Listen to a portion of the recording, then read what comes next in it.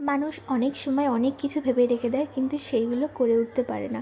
তেমনই আমিও এই শ্রাবণ মাস জুড়ে অনেক কিছু প্ল্যান করে রেখে দিয়েছিলাম, কিন্তু আলটিমেটলি সেটা আমার করে ওঠা হয়নি। প্রথম সোমবার আমি চলে গেছিলাম আমার বাপের বাড়িতে। আমাদের নিজেদের জাগ্রত শিব মন্দির আছে, অনেক পুরনো, প্রায় 300 বছরের। তারপরের সোমবার ভেবেছিলাম যাব বাবা বড় কাচারির ধামে, কিন্তু কোনো ন্যাচারাল কারণে আমার গিয়ে ওঠা হয়নি।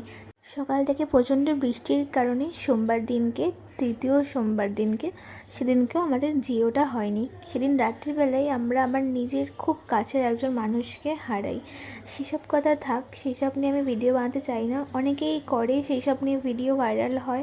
আমি চাই না যে এইসব কোনো কারণ, বিশেষ করে এত ইমোশনাল, এতটা সেন্টিমেন্ট একটা কারণ নিয়ে আমি ভিডিও করে ভাইরাল হতে চাই না। যেইটুখানি আমি করব সেটা নিজের জন্য, নিজের যতটা যোগ্যতায় আমি সেটা দিয়েই করতে চাই।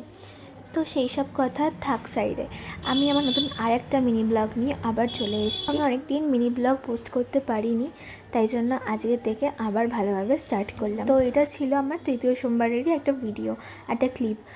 বিকালবেলা আমি আর আমার হাজব্যান্ড মিলে বেরিয়ে গেছিলাম একটু এদিক ওদিক ঘোরার জন্য। ও অফিস থেকে আমাকে কানেক্ট করেছিল, আমরা চলে গেছিলাম বিশাল মার্কেট। এত বৃষ্টি, এত জলকাদার মধ্যে কারোর কোথাও যাওয়ার না থাকলে আমরা সবসময় চলে আসি বিশালে।